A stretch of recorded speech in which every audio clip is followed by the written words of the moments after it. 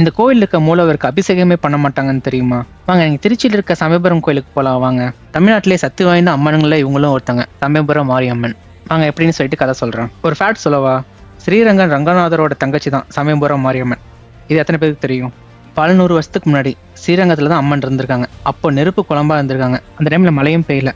So அம்மனை cool down பண்ண வெளியே கூட்டி போயிருக்காங்க. அந்த டைம்ல சமயபுரம் வழியா கொண்டு போகும்போது தான் சமயபுரத்துலேயே அம்மன் தங்கிட்டாங்க. ஆல்சோ அந்த நெருப்புனால ஏற்பட்ட தீக்காயங்களை ஹீல் பண்ண மூலிகளை வச்சு சரி பண்ணியிருக்காங்க. அதனாலதான் பாத்தீங்கன்னா மூலிகளால செய்யப்பட்ட மூலவர் இருக்காங்க அங்கேயே. அதனால இன்னுமே பாத்தீங்கன்னா அபிஷேகம்லாம் செய்ய மாட்டாங்க. ஆல்சோ அதனாலதான் பாத்தீங்கன்னா மழையும் பெஞ்சிச்சு. அதனாலதான் மாரியம்மன் சொல்லிட்டு அழைக்கப்படுறாங்க. ஸோ சமயபுரத்திலேயே இருக்கங்காடி சமயபுரம் மாரியம்மன் சொல்லிட்டு கூப்பிடுறாங்க. கோயில் பாத்தீங்கன்னா காலையில் 4 மணிலேருந்து நைட் 9 மணிக்கு ஓப்பன்ல இருக்கும். மோஸ்ட்லி ஃப்ரைடே டைம்ல போனீங்கன்னா செம கூட்டம் இருக்கும். அப்போ 100 ரூபா டிக்கெட்ல போட்டீங்கன்னா பெட்டர். ஏன்னா கூட்டமே இருக்கா, டக்கு நீங்க முன்னாடி இருந்து சாமி கும்பிட்டுக்கலாம். ஆல்சோ காருக்காக பார்த்தீங்கன்னா 50 ரூபா வாங்குவாங்க. நீங்கள் முனிசிபாலிட்டி பார்க்கிங்கில் பார்க் பண்ணீங்கன்னா நியர்லி 1 கிலோமீட்டர் கிட்ட நடக்கணும். ஸோ பிரைவேட் பார்க்கிங்கில் பார்க் பண்ணிக்கோங்க. கோயில் கிட்டே இருக்கு, வாக்கபிள் டிஸ்டன்ஸ் தான்.